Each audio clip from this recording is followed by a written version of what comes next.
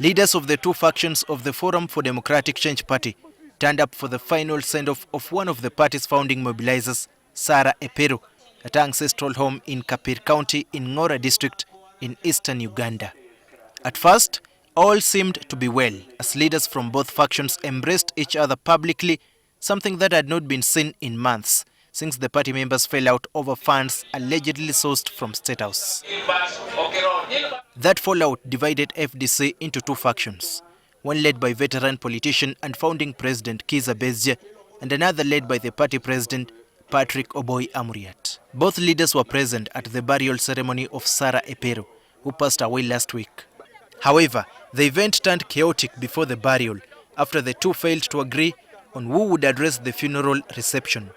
Each faction blamed the other for the unfortunate outcome. It is extremely painful that people will come here to turn Sarah's funeral into a joke. You know, security people putting on helmets as if there is anybody who was prepared to attack them. The program was proceeding well until the last moments when the commotion arose. Up to now, frankly, I don't know what the controversy is, because I have heard somebody say that they were protesting that they were not on the list to speak. Now, political analysts say the events in Ngora are unacceptable and could tarnish the image of FDC leaders, especially in Teso sub-region, where the fracas happened. First of all, in principle, it is very unfortunate and we shouldn't be going that direction. But more importantly is to say that we have to find amicable ways of resolving conflict. This politics of goons being ferried up to barriers, it should be stopped.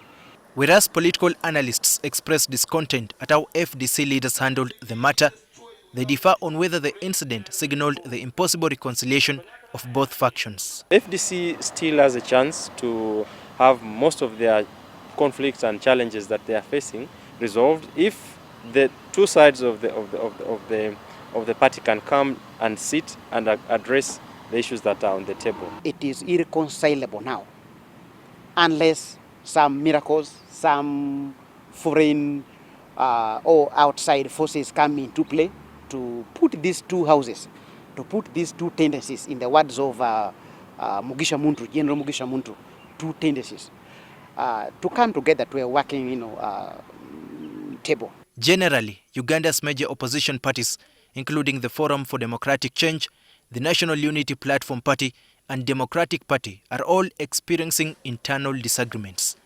Analysts believe this works in favor of the ruling National Resistance Movement, especially now that the 2026 general elections is drawing even closer. Whereas NRM could be laughing all the way to the bank with the death of active opposition, especially the one that had been created by Besigye of activism, being radical in nature and all that. It is important now that we appreciate the fact this is political gimmicks going on. This determines the 2026 elections.